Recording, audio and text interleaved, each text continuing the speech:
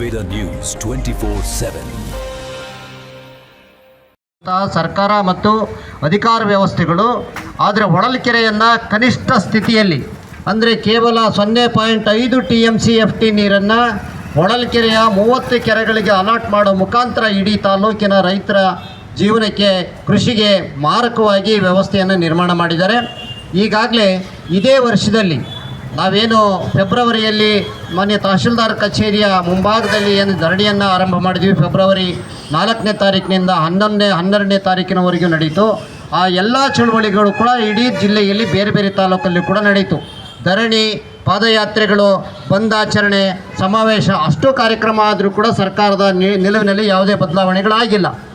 ಆ ಕಾರಣಕ್ಕೆ ಈಗ ಏನು ನಾಳೆ 25ಕ್ಕೆ ನೀರನ್ನು ಹರಿಸ್ತೀವಿ, ಕೆರೆಗಳಿಗೆ ಪ್ರಾಯೋಗಿಕ ಟೆಸ್ಟನ್ನು ಮಾಡ್ತೀವಿ, ಟ್ರಯಲ್ನ ರನ್ ಮಾಡ್ತೀವಿ ಅಂತ ಏನು ಹೇಳಿದರೆ, ಇದಕ್ಕೆ ಹೊಳಲ್ಕೆರೆ ತಾಲೂಕಿನ ನಮ್ಮೆಲ್ಲರ ವಿರೋಧ ಇದೆ.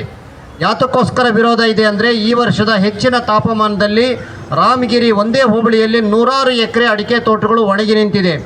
ಕೋಟ್ಯಾಂತರ ರೂಪಾಯಿ ರೈತರು ಸಾಲ ಮಾಡ್ಕೊಂಡಿದ್ದಾರೆ ತೋಟಗಳನ್ನು ಉಳಿಸ್ಕೊಳ್ಳಿಕ್ಕೆ. ಆದರೂ ಕೂಡ ಕೆಲವು ರೈತರ ಸುಮಾರು 100 ಎಕರೆಗಿಂತಲೂ ಹೆಚ್ಚು ಪ್ರದೇಶ ಕೈ ಮೀರಿ ಒಣಗಿ ಹೋಗಿದೆ. ಮತ್ತು ಇಲ್ಲೇ ಚನ್ನಪಟ್ಟಣ ಆ ಭಾಗದಲ್ಲಿ ಕಸ್ಬಾ ಹೋಬಳಿಯ ವ್ಯಾಪ್ತಿಯಲ್ಲೂ ಕೂಡ ತೋಟಗಳು ಸುಮಾರು ಒಂದು 25 ತೋಟಗಳು ಒಣಗೋಗಿದೆ. ಮತ್ತು ತಮ್ಮ ಗಮನಕ್ಕೆ ಇದೆ, ಹೊಳಲ್ಕೆರೆ ತಾಲೂಕಿನ ತಾಳ್ಯ ಹೋಬಳಿಯ ಕೊನೆ ಭಾಗದ ಹಳ್ಳಿ ಕೊಳಾಳಿನಲ್ಲಿ ಎಷ್ಟು ನೀರಿನ ಹಾಹಾಕಾರ ಆರಂಭ ಆಗಿದೆ, ಎಷ್ಟು ತೊಂದರೆ ಆಗಿದೆ ಅನ್ನೋದು ತಮ್ಮ ತಹಶೀಲ್ದಾರ್ ಅವರು ತಮ್ಮ ಗಮನಕ್ಕೆ ಬಂದಿದೆ. ಹೊಳಲ್ಕೆರೆ ತಾಲೂಕಿನ ಗಡಿ ಭಾಗದಲ್ಲಿ ಸುಮಾರು 3 ಹೋಬಳಿಯಲ್ಲೂ ಕೂಡ ತೋಟಗಳು ಒಣಗಿ ನಿಂತಿದೆ. ಕುಡಿಯೋ ನೀರಿಗೆ ಹಾಹಾಕಾರ ಶುರುವಾಗಿದೆ. 1,000 ಅಡಿಗೆ ಮೇಲ್ಪಟ್ಟು ಅಂತರ್ಜಲ ಕುಸಿತ ಆಗಿದೆ. 1000 ಅಡಿ ಕೊರೆದ್ರೂ ಕೂಡ ನೀರು ಸಿಗ್ತಾ ಇಲ್ಲ.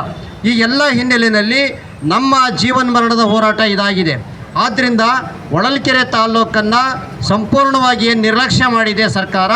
ತಕ್ಷಣಕ್ಕೇ ಹೊಳಲ್ಕೆರೆ ತಾಲೂಕಿನ ಎಲ್ಲ ಕೆರೆಗಳಿಗೆ ನೀರನ್ನು ತುಂಬಿಸಬೇಕು ಅನ್ನೋದ್ರ ಜೊತೆಗೆ ಹೊಳಲ್ಕೆರೆ ತಾಲೂಕಿನ ಪ್ರತಿ ರೈತರ ಜಮೀನಿಗೆ ಡ್ರಿಪ್ ಇರಿಗೇಷನನ್ನು ಮಾಡಿಕೊಡಬೇಕು ಅನ್ನೋದು ಕೂಡ ಒತ್ತಾಯ ಆಗಿದೆ. ಈಗ ಕೇವಲ ಅರ್ಧ TMCFT ನೀರನ್ನು ಏನು ನಿಗದಿ ಮಾಡಿದ್ದೀರಿ, ಅದು ಯಾವುದೇ ಕಾರಣಕ್ಕೂ ಕೂಡ ಏನಕ್ಕೂ ಸಾಕಾಗೋದಿಲ್ಲ. ಆದ್ದರಿಂದ ಕನಿಷ್ಠ ಇನ್ನು 4 TMCFT ನೀರನ್ನು ಅಲೋಕೇಶನನ್ನು ಮಾಡಿಕೊಡ್ಬೇಕು. ಅಲೋಕೇಶನನ್ನು ಮಾಡಿ ಈ ಹೊಳಲ್ಕೆರೆಯ ತಾಲೂಕಿನ ರೈತರನ್ನು ಕಾಪಾಡಬೇಕು. ಆ ನಿಟ್ಟಿನಲ್ಲಿ ಸರ್ಕಾರ ತಕ್ಷಣಕ್ಕೆ ಜಾಗ್ರತೆ ವಹಿಸದೆ ಹೋದರೆ ನಾವು ಸಂಪೂರ್ಣವಾಗಿ ನಿಮಗೆ ಯಾವುದೇ ಪೂರ್ವಾನುಮತಿಯನ್ನು ಕೊಡದೇನೆ, ಪೂರ್ವ ಸೂಚನೆಯನ್ನು ಕೊಡದೇನೆ ಹೊಳಲ್ಕೆರೆಯ ತಾಲೂಕಿಗೆ ನೀರು ಎಂಟ್ರಿ ಆಗದೋ ರೀತಿಯಲ್ಲಿ ಅಥವಾ ಚಿತ್ರದುರ್ಗ ಜಿಲ್ಲೆಗೇ ನೀರು ಭದ್ರಾ ಮೇಲ್ದಂಡೆ ನೀರು ಟ್ರಯಲ್ ಟೆಸ್ಟಿಂಗ್ ಆಗದೇ ಇರೋ ರೀತಿಯಲ್ಲಿ ತೀರ್ಮಾನವನ್ನು ರೈತರು ತಗೊಳ್ಳಿಕ್ಕೆ ಇವತ್ತು ತೀರ್ಮಾನವನ್ನು ತಗೊಂಡಿದ್ದಾರೆ. ಹಾಗಾಗಿ ಜೀವನ್ಮರಣದ ಹೋರಾಟ ಅಂತೇಳಿ ಸಂಪೂರ್ಣವಾದ ಈ ರೈತರು ತಾವು ಬದುಕಿರೆ ನೀರು ತಗೊಂಡು ಬದುಕಬೇಕು, ಸತ್ತರೆ ತೋಟ ಯಾಗೊಣಗುತ್ತೋ ಅದೇ ತೋಟದ ರೀತಿಯಲ್ಲಿ ನಾವು ಸಾಯಬೇಕು ಅನ್ನೋ ತೀರ್ಮಾನಕ್ಕೆ ಬಂದಿದ್ದಾರೆ.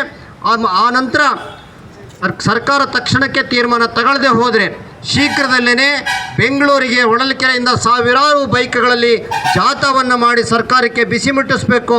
ಮುಂದೆ ಬರುವಂಥ ಎಲ್ಲ ಚುನಾವಣೆಗಳನ್ನು ನಾವು ಬಹಿಷ್ಕಾರ ಮಾಡಬೇಕು ಅನ್ನೋ ವಿಚಾರದ ಮೇಲೆ ಇವತ್ತು ಸಮಗ್ರವಾಗಿ ರೈತರು ಕೂತು ಚರ್ಚೆಯನ್ನು ಮಾಡಿ ತೀರ್ಮಾನಕ್ಕೆ ಬಂದಿದ್ದಾರೆ.